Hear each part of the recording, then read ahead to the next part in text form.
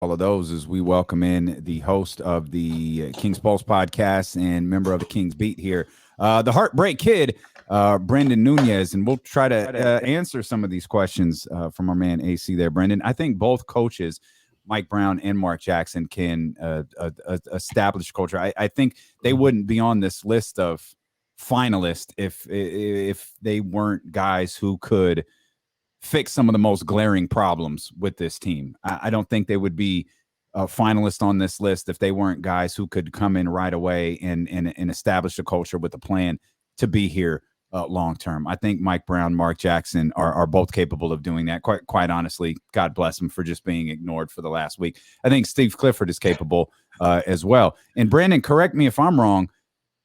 I think you guys at least had a discussion on the recent edition of the Kings Beat podcast about maybe Steve Clifford potentially joining one of these coaches, joining the staff of one of these coaches.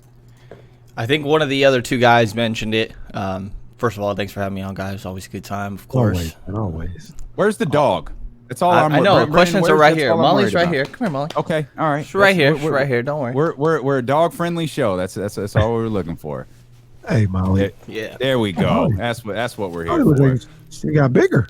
It Yeah, does feel hopefully like not. no. It feels like she grew significantly since the last time you were on the show. But of course, she was off in the distance. I thought he was about to get this little puppy, and he just brought up this grown dog. No. Yeah. Happens quick, apparently, right? I don't know. It's my only point of reference right here. That's good stuff. Yeah, one of them mentioned something about Steve Clifford potentially being on the coaching staff. My fault for not remembering which one. I obviously would be a big fan of that. I think I like Clifford a little bit more than most people probably did. But, definitely seems like it's down to Mike Brown and Mark Jackson at this point. Yeah, and to what AC talked about and what Damian talked about, I think both guys would be great for establishing a culture and holding players accountable. I actually think Steve Clifford would have done well with that as well. These three guys, they have a track record of being able to do that. So I think that is something that's going to be solidified from the get. When you talk about, let's start with Mike Brown for you, Brenden. When you talk about Mike Brown and what he can bring to this team, is it more X's and O's for you, or is it more of the culture that he would bring as a strong suit? I think it's got to be a combination of both. If I have to pick one, it's probably culture. But to me, a lot of that culture means buy-in and communication on the defensive end. So those two kind of go hand in hand to me, and it's why I think they're a little bit of one and the same. Buy-in, commitment, all-out effort on the defensive end, and being on the same page when it comes to communication and trusting that the guy next to you, that I'm going to go all out on my rotation because I know the guy behind me and next to me is going to do the same, so my effort isn't all lost. So I say culture, and I think that culture has a way of showing itself on the defensive end. Are you do you lean towards one more than the other of the alleged final two candidates? Yeah, I lean about as far away from Mark Jackson as I possibly can, to be honest. Okay, I figured you were going to say that, so can you explain it? I just don't think that there's enough positives in his coaching history or reasons to, at least for myself, to think that he's an impressive coach for him to have all these extras that come with him. Yes, he the Warriors, like you said earlier, Kenny, the closest comparison to the Kings at that point, right? 16 to 17 of the previous years, they didn't make the postseason. I get that. It kind of helps that you draft Steph Curry, Klay Thompson, and then I don't know that he used Draymond all too well. There's a lot of talk about Mike Malone being the one that deserves a lot of credit for that. And we've seen that when Mike Malone went somewhere else, turns out he's a pretty good coach. So maybe there's something to that. There's just a lot that comes with him, man. And I do want to point out though, because James has referenced that before, and I hate that I hate that I haven't said this to James because it actually just dawned on me. It's not like Mike Malone left the Warriors and they sucked. Mm-hmm. Like, they were pretty good after Mike Malone left. I'm not discrediting Mike Malone at all, but it's not like, man, this whole thing fell apart the second Mike Malone took that job in Sacramento. Mm-hmm. Yeah. But the final year of Mark Jackson, like, obviously taking him from 23 his first year to 51 is impressive. But they lost first round, and the first year that Steve Kerr comes in, that 51 jumps to 67, and they win a championship. Like, I think that maybe if we understood the talent that was actually on that roster, the expectations of what a good and bad season is might have been a little bit different. Like, the way that he was utilizing Draymond Green wasn't the most impressive, and I know Draymond Green is out there advocating for him. Might have something to do with some sort of agent. I don't know, man. There's a lot to Mark Jackson to me, and I've been pretty strong about how I feel about it, so I've made sure I've dug around a little bit and tried to do my best to confirm or not confirm stories here and there. And I just think if Mark Jackson is the hire, man, that we're due for a whole lot of stories to come out, people to drop things. Like Harrison Barnes is one of the guys that's talked about a lot as one of the people that specifically did not like Mark Jackson. And maybe that you could say that, all right, if you had a conversation with Harrison Barnes and he felt okay about it, I feel different. You know, like, if he is the hire, I have to trust that Vivek did his background as somebody that was there. You know, you have to. You have no I'm just choice. laughing that you said Vivek and not Monty. Well, it seems like this is Vivek's move, right? So you have to trust that they did their background, and I do believe people can change. Very firmly believe that, but I just think that things would need to be acknowledged a little bit, and I'd be pretty worried, to be honest. Yeah. I mean, okay. Can I point something out for people who might be worried? How much worse is it going to get? There's that. We're the most embarrassing team in professional basketball. What's it go? What 16 becomes 17 becomes 18? Here's something Sean said on the Kings Beat podcast that I wholeheartedly agree with. Joe DiMaggio's record's going to fall before this one. Like, this record might be put up there with the unbreakable sports records. It's gonna be up there. How much worse can it get? They broke it down where it was like nobody else has more than 2. It feels like it's probably pretty close to accurate because everybody who was close broke it. The Suns, the Knicks, they broke it. Right. Shoot, even the Minnesota, I think, had a couple. They were up to like 4. They made it. Yep. I will stand alone. I will also say this about Mark Jackson and his time with the Warriors. And I don't know if Brenden feels the same way as I do, as Damian does, or whatever. But we just got done talking about you can't talk about Mike Brown and discount what he did because he had LeBron James. So we can't do the same thing for Mark Jackson. We can't say, well, Mike Brown, look what he did with the Cavs. And I know, he had LeBron, but he still did a good job or whatever the case may be. And in the same breath, be like, well, Mark Jackson has Steph Curry and Klay Thompson. That's why he was good. Like, energy's got to be the same. That's all I say. So we want Steve Clifford because he coached Mo Bamba. No, I get what you're saying. I get what you're saying for sure.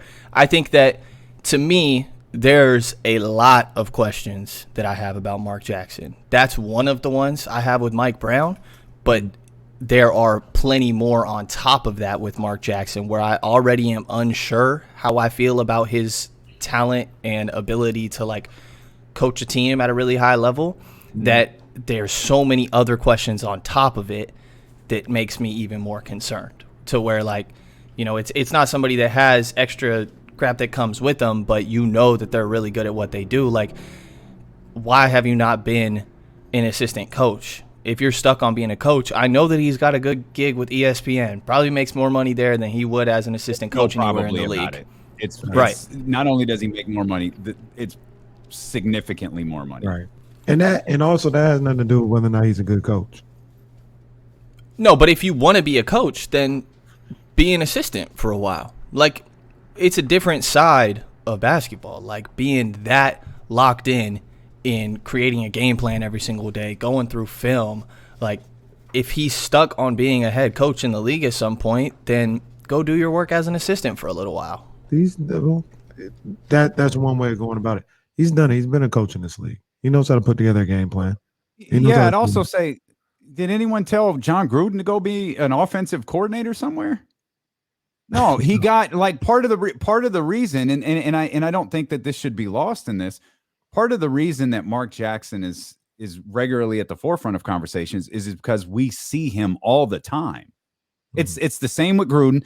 It's the same. It was the same. I feel like the time might have passed, but it was the same with Jeff Van Gundy. When you're on the marquee game week after week after week, and people still hear you, they still hear you talk. Oh yeah, that's coach. Like you're constantly in. It's not like you went away and didn't do anything. Like you're still there, and you could make the argument, because I certainly did it with John Gruden, is that you romanticized it. I thought John Gruden was at best an average coach, but the further he got away from the game, the more and more he got romanticized.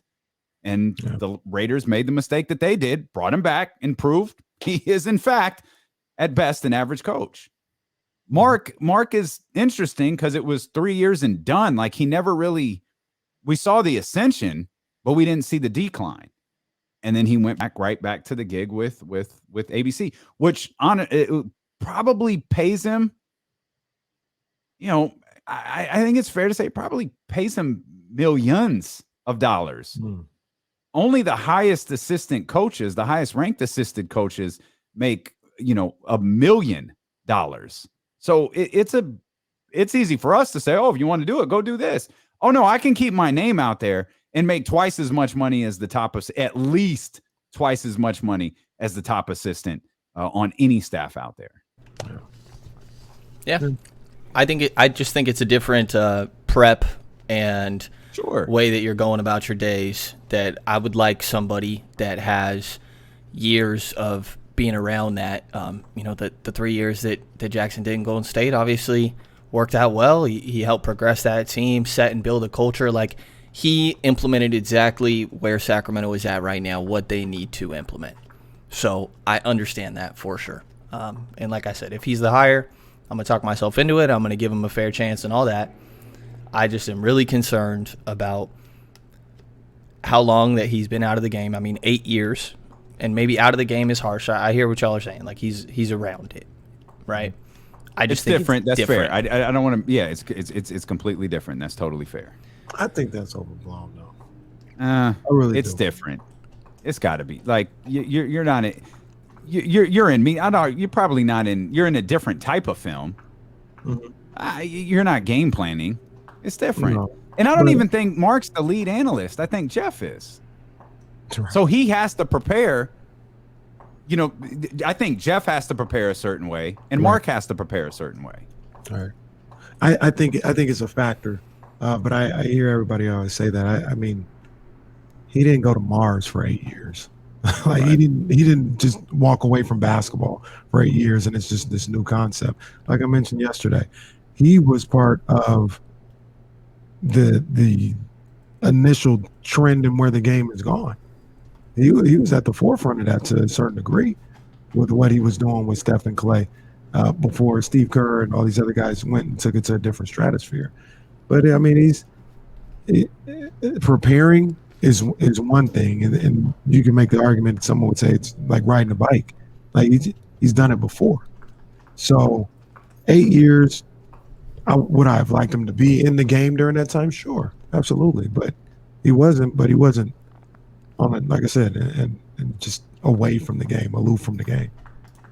Yeah, but he also wasn't on the best team in the NBA, or best, I guess, culture in the NBA for the last 5 years as an assistant. Like, if you want to bring it back to Mike Brown, I think there's an easy case to make that, like, Brown is the more experienced and like qualified candidate in my mind. And it's very public right now, right, that Vivek wants Mark Jackson and Monty and Wes want Mike Brown. I don't know. I don't know, but boy. Right, who knows the extremes of of how much that is, and you don't know, like maybe it's Monty and Wes saying we're okay with Mark Jackson. We just prefer Mike Brown. And if that's the case, it's different, right? Rather than like, I don't want Mark Jackson and Vivek overriding everything. Right. That's different. So we don't know what's what when it comes to that.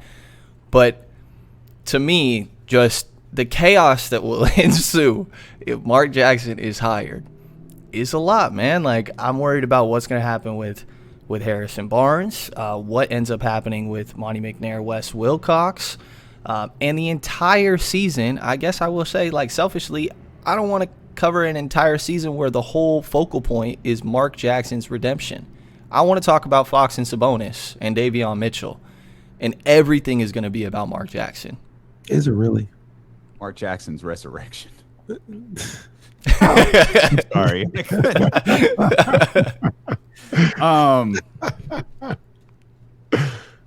I don't, do you guys think I'm off Mark on that? Jackson would be a bigger story than Mike Brown? Like, if the season's successful, like Mike Brown won't get the attention that Mark Jackson would if the season's going well?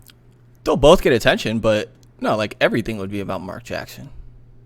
Not everything. I get where you're going. I think it'd be a lot. It does. It would be a lot. He would be the main character on the team. He would be the biggest star on the team day one. That's for sure. That's without a shadow of a doubt. But if they're winning, De'Aaron Fox is making all-star teams and things of that nature. Sabonis is doing what he's doing. I'll put it to you like this, Brenden. I understand what you're saying. Give me those problems. Give me those problems where I got to worry about Mark Jackson getting all the attention for a team that's 41-21. Please, I'll take that. Yeah, if it works out, then yeah, I get. Do you think the Kings are getting a good head coach no matter who they hire? I'm not very confident in that. No. The poll question. That's the poll question on. So I'm going to go ahead and check Brenden down for a no here. Over on YouTube, the question, do you think the Kings are getting a good head coach no matter who they hire? As I do a quick refresh here, 52% say yes, 48% no. Same exact poll over on YouTube, or over on Twitter, excuse me. 63.2% say no. Very, very different audiences on Twitter and YouTube. I still like Mike Brown. I think Mike Brown is the guy. I don't hate Mark Jackson like that. I think that's just where I'm not going to be like upset if Mark Jackson is the hire. I'm going to have some questions and I'm going to be intrigued and interested. But I think, in one big difference, and maybe this is important, KC, Mike Brown isn't going to be the biggest star on this team when he walks in the door. He is not going to be the guy who gets the most attention. But Mark Jackson would be. And the one thing I would say about that is they need somebody to stand up, and be like, let's go, guys. Let's be a leader, man. Not saying Mike Brown can't do that, but waiting around for Fox and Sabonis to like lead this team, I haven't seen much from either one of those two to be like, yeah, they can be the leaders.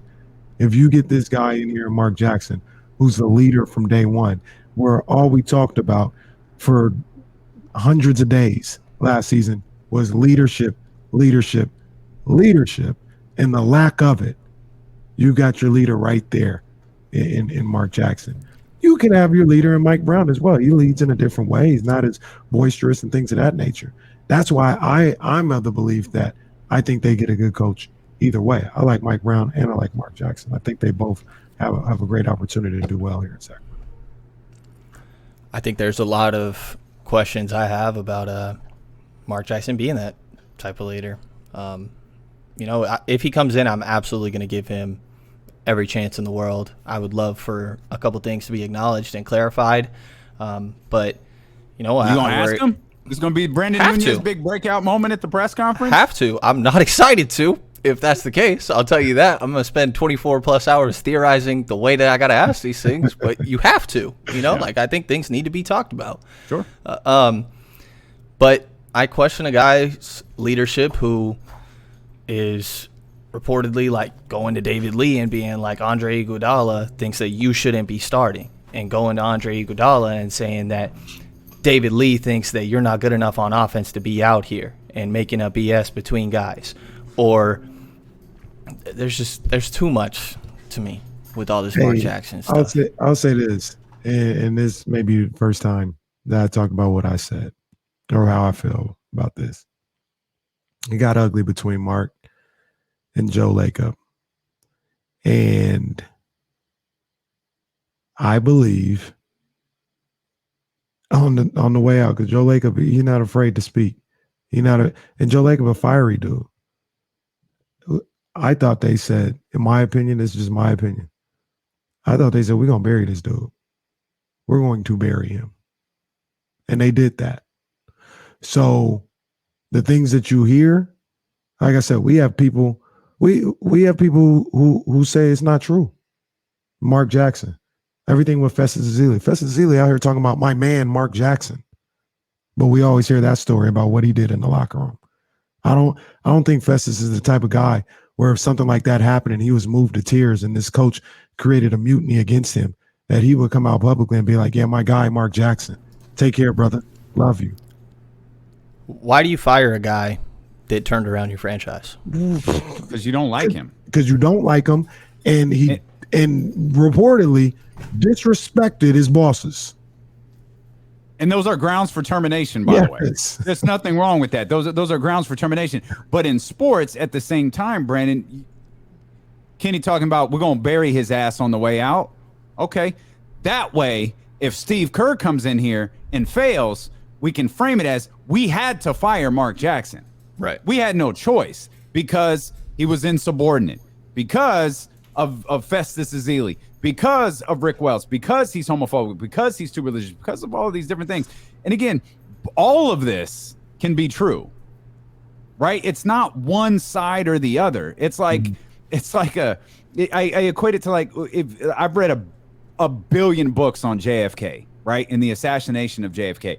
And I believe there was a conspiracy to kill JFK. But once you acknowledge, I think there was a conspiracy, it's like, what do you think? What do you think? The mob did it? What do you think? The aliens came down and shot him? Like, you get lumped in to every, like, all of these, like, wild theories when a combination of multiple things could absolutely be true. Mark Jackson was insubordinate. I'd fire his ass, too, if I was Joe Lacob. Like, hey, he ain't going, fam, this is my team. I pay your salary. Get out of my face. Right. But at the same time, it's like, we've got to protect ourselves because we got a nice little squad here. It's tough. I'm almost rooting for Mark Jackson because I want to hear the first ever Brenden Nunes grill session at the press conference. Sign me up for the Heartbreak Kid turning into 1997 Shawn Michaels. Like, I'm ready for this. And I love this because Brendan's not familiar with 1997 Shawn Michaels. Look it up. That'll get you hyped for your Mark Jackson press conference. I'll get on it. Yeah, it's 20 years before me, so a little behind. That's all right. Brenden, congratulations on graduating high school last week. We're very happy Appreciate for it. you. Appreciate it. The King's Prom's Beat, coming up. the King's Pulse. You're doing great work. Obviously, we're going to have an answer soon, whether it's today or not. We're certainly going to have it soon, and we'll look forward to talking to you much more. Again, that's Brenden Nunes of the King's Herald and the